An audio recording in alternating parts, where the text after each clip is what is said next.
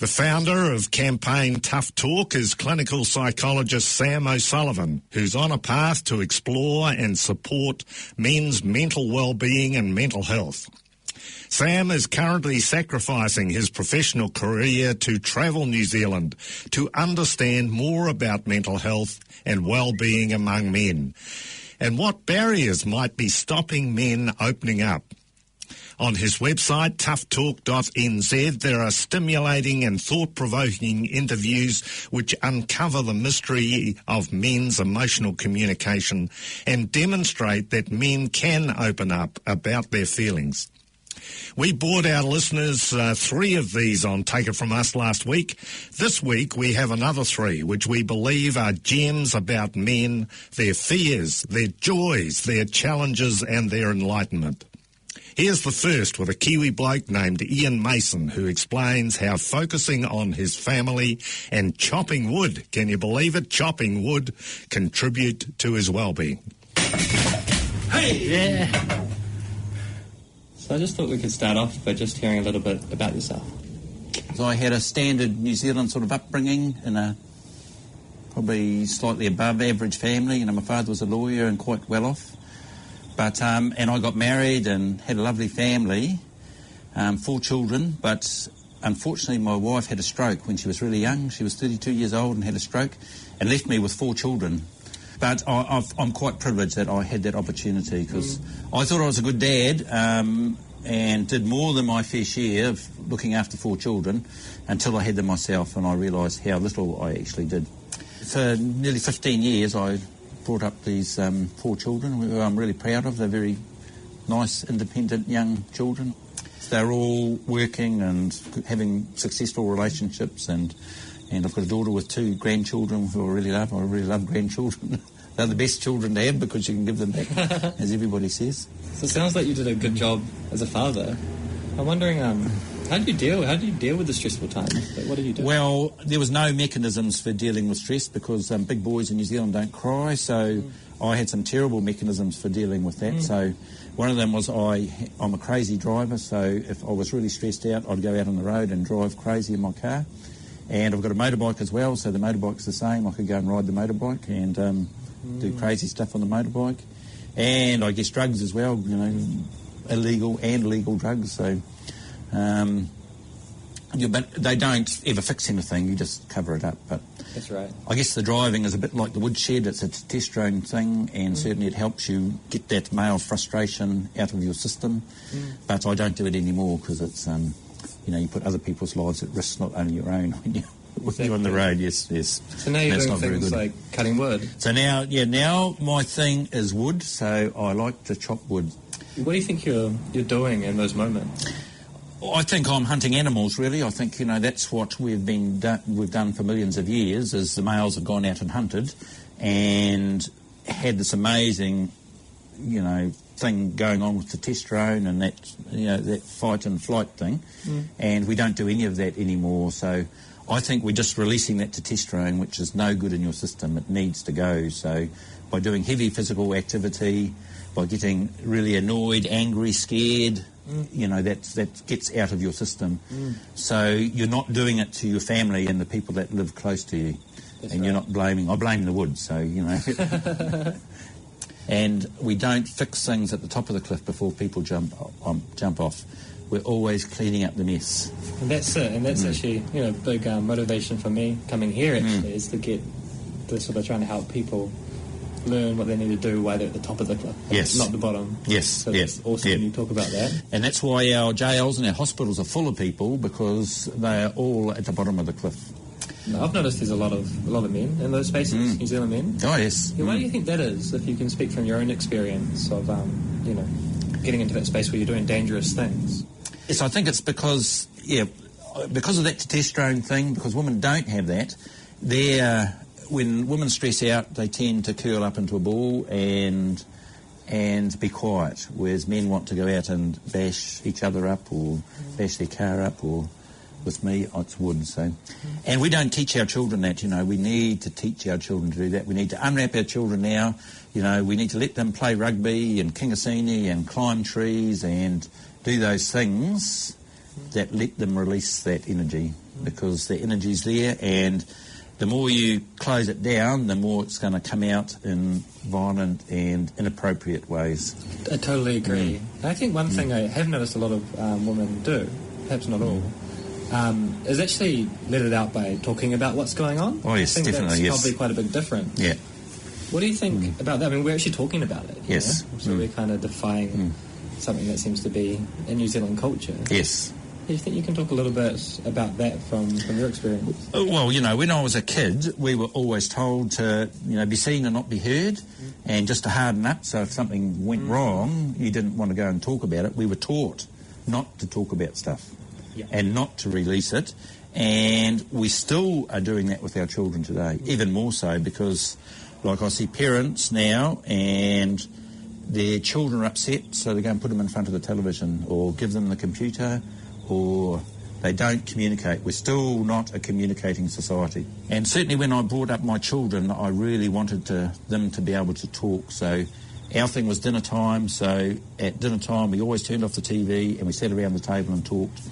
And even now when my family gets together, other people that are involved get quite alarmed because we talk about shit and death and, and you know, and what animals we're eating. And when I grew up, I was really scared of death because we never talked about death. We didn't know what it was, but you never included children in death. But I always did. You know, when I've had relations that died, I take my children to funerals, even when they were really young babies. I think it was really important that they understood that, because if they don't understand it, they don't see it, it becomes something they're scared of and comes out in other weird ways.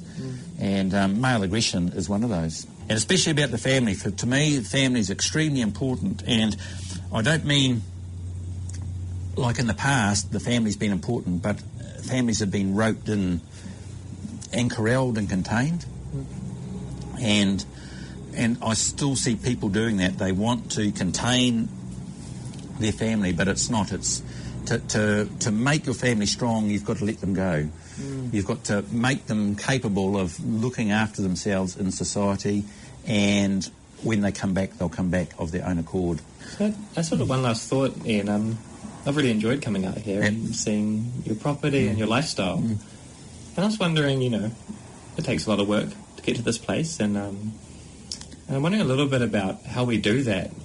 The only thing you can do is change your own environment, the things that affect you up close and personally. You can't change other people's, you can only change your own. And if other people see what you're doing and want to come along for the ride, well, that's what you hope they do. And that includes your friends and your family, your next door neighbours, any people that you come in contact with on a daily basis. Smiling at the postman or stopping to help somebody on the side of the road that's broken down. Those are the things that make the difference in our society. So those are the things that motivate me to do the best I can with the very short time I have on this earth.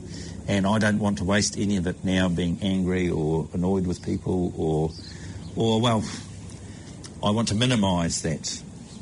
The best way to teach people is by example. I think that in itself is an awesome lesson. It starts with ourselves. And I think our society now is all about instant gratification, and you've really got to forget about the instant thing, because it's like being a gardener. You know, you can't have ripe tomatoes the next day after you think you want some. You know, there's a lot of preparation that's got to go into it. And I think the changes we need to make in our society are ones that we need to make over generations. We need to be looking after our environment not for 1 year, not for 10 years, but forever. We need a plan for our environment forever. I couldn't agree more. I like to, we work on ourselves, but then we obviously work beyond ourselves too and look at the big picture. Like what's happening with the environment, what's going to happen over generations. Yes. Yeah, I think that's very wise. Yeah. But we live in a very short-term, instant gratification society, don't we? Everybody wants it today. Yes. They don't even want to wait till tomorrow. Tomorrow is too far away. Well, let's change it. Yes, let's do it. Yeah. Yeah. Thank you, Ian. But it's just a little grain of sand at a time. So let's not dig up the whole beach. Yeah. Well, very important not to dig up the whole beach, particularly when we're handling our emotional issues. You're with Take It From Us on 104.6 Planet FM. In our second interview from the Tough Talk series, we've got Sam O'Sullivan talking to Matu Tihuki about how expressing his culture through the performing arts helped him overcome his shyness, find his purpose and progress to becoming a leader. He discusses how learning to fully feel his feelings and find support from men as well as women like his partner. They've helped him to improve himself. He also offers insight into what it is to be a man and what he does on a daily basis to nourish his well-being. Here's Matu Tihuki with his story. Kia ora, Matu. Kia ora, Sam. We could start off by you just telling me a little bit about your story. My name is Matu Tihuki. I come from the Wairarapa region, a little town called Masterton, and I'm a descendant of Kahungunu and Rangitane people from that region. And I've lived in Christchurch, and now I live in Kapiti, where I'm now teaching kapa haka, and I'm a musician as well. So is my mother. Thank you, Mama, who sent us to a Māori boys boarding school and sort of set us on a path of discovering our culture and our language. So growing up in New Zealand, and you said you went to a boys' school, did you face any challenges? You know, a lot of our young men don't have the best role models, and I was growing up in a school where there was a lot of heaps of testosterone everywhere and lots of bullying going on because people asserting themselves, and it was a school where you got your power from kapa haka or rugby, and I was pretty useless at rugby, so luckily I could sing combined with being really painfully shy. So as a really shy young man, I found that I was missing out on a lot of opportunities. I would always stand back and play it safe to protect myself from getting it wrong or making a fool of myself or being rejected. And through my performing arts, through kapa haka, and I was singing in bands at quite an early age, around 19, 20 years old, I think I just got more and more comfortable being in front of people. So your passion actually allowed you to address what you're finding difficult, you know, that anxiety, or, you know, in social situations, you managed to use what you really loved and to overcome it. The kapa haka really did help me. It helped me get out there, it helped me be in front of people, it helped me connect with my culture, which I just since that time have developed a real appreciation for what it offers me and what I see it can offer the young people that I teach. I think I was in my 30s where somewhere like a lightning bolt hit me and said, your path is to be a musician. And it was such a relief because I had no idea what I was up to. I already had a couple of children at that stage and didn't really know what my passion in life was about. And then even though I'd been singing in bands for a while, just covers bands, and that never really fulfilled me, when I got that music was my path, I settled into that, and that's when I started writing my own stuff. And that has evolved over time. There was a while where I was writing angry songs, I was writing protest songs, I was pointing fingers at politicians and corporations and complaining about things that I didn't like. The next phase was letting go of that and writing songs about how I would like things to be and the work that I'm doing on myself. And the songs are about development, they're about being in integrity, they're about growing, they're about looking inwards. So that really put me into positions where people would look at me as a leader in certain environments, and I suppose I just chose to step into that role. So now when I perform at festivals, I also run workshops I do haka workshops, I do workshops that use different Māori protocols and practices to help us be certain types of people. And I also do some stuff around masculine, feminine sexuality as well in my workshops, which is a big part of something I'm interested in. I think I'm interested in that too. I'd love to hear some more of your thoughts about it. Okay, so as a young man, with the role models and the images that I was offered through media and television and all that sort of stuff, I had no idea how to be a young man, and I had no idea how to understand women or how to appreciate them properly. So I look back now and I cringe at how I was as a young man, because I had no idea. And, you know, I've got a good dad, and he was a good, strong man, but we didn't talk much about what it was to be a young man or to be a man at all. And when I left home, some of the guys I came across as role models, I wouldn't say were necessarily the most positive role models on being a good man. So how did you learn? How did I learn? By my mistakes and by feeling the impact of those mistakes. So one of the things that really draws me to take action to improve myself is feeling the impact of needing to. And quite often that might be sitting in a moment of contemplation or in a moment of conflict or whatever, where I can feel that I have acted in a way that has not served someone, that I could have done something better, that I could have done something differently, and then feeling it, not trying to deflect that feeling, because quite often the feeling is very unpleasant and can hurt me and can just feel horrible. And quite often in the past I might have deflected it or numbed it or found a way to avoid that discomfort. And what I've learned to do is to sit in the impact of it and feel how yucky it is, and use that as motivation to shift my behaviour and shift my way of being with that particular issue. Yeah. Nice. Yeah, sit with it.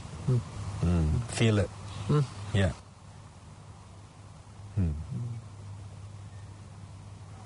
Another great thing that I learned was I don't want to rely on my partner to be who I would like her to be so that I can feel the way that I like to feel. That was really important for me, to realise that if I want anything to shift, then I need to do the shifting internally, and that usually shifts things externally around me. Our third Kiwi bloke to feature on Tough Talk New Zealand is Carl Hamilton. He's a multiple national champion in bodybuilding. He grew up in a culture that focused on physical prowess and competition, rather than looking after his mind and body. Kia ora, Carl. Kia ora. So let's start back a little bit earlier and get a sense of your story growing up and how that's led you here. I am a white middle-class male, had a really stable family, mum and dad that have a really good marriage. I was the oldest grandson and the oldest son of a very, a family known for its physical prowess. So I often heard stories about my dad and how good he was at sport and how strong he was and tough he was, and intrinsically I put a lot of pressure on myself to be that sort of person as well. Because of this glorification of, this physical prowess and what I thought was masculinity, I did put a lot of pressure on myself. So I took up bodybuilding, and I did that for a few years, it was a really interesting experience. It was full of positives and negatives, and once again I felt like I needed to be the best, and I ended up being multiple national champion at that. Send some photos. Yeah. Let's not share those photos. I think I refer to myself as a dreadlocked Oompa Loompa. What I did think was masculine at the time was being tough, strong, not showing any emotion, being the best at everything, and not letting people in. So I call it Superman complex. So I really feel like I started to develop this Superman complex because I I was the best at everything, and how dare you challenge me for saying I'm not? Yes. I don't have emotion. What are you talking about? Really defensive. Yeah. Don't put a chink in my armour. I think the exercise industry has a lot to answer for. This isn't every gym. This is a big sort of corporate gym, by the way. So you just have to walk into a gym. You walk in there, you look at the posters of the ripped, toned bodies, and you have a look around, and people on these linear machines with their headphones plugged in, completely disconnected from human interaction. You've got this intense music. Often, if you listen to the lyrics, it's quite toxic as well. You're constantly being compared, or you're constantly comparing yourself to the ideals, or what's thrust in our face. Look on the TVs, listen to the music, look at everyone else around you, look at the posters on the walls, and I think that can be quite damaging. Yeah, but it was really interesting. So I did learn a lot. So I learned a lot through that process about self-discipline, about what you can actually achieve if you put your mind to it. I started to really look into research around this time in nutrition, exercise, mindset, social connection. And the second sort of wave of bodybuilding that I did, I applied a completely different philosophy to. So I started to eat some more real food. I stayed well away from supplements. I started to add some three-dimensional movement into my regime, or functional movement, whatever you want to call it. I often did barefoot training, some crawl work, things like that. Yeah, I really started to rethink everything and started to question what I was taught in university. I started to question what it was to be masculine. I started to question, what we're meant to eat, how we're meant to exist in society, and started to really, for myself, shift some paradigms. And what I've learned since then is, this is my opinion anyway, is masculinity is not those things at all. It is, being a real person, really human, and sharing your emotion and being vulnerable on all levels. And I feel like that was a really profound moment for me.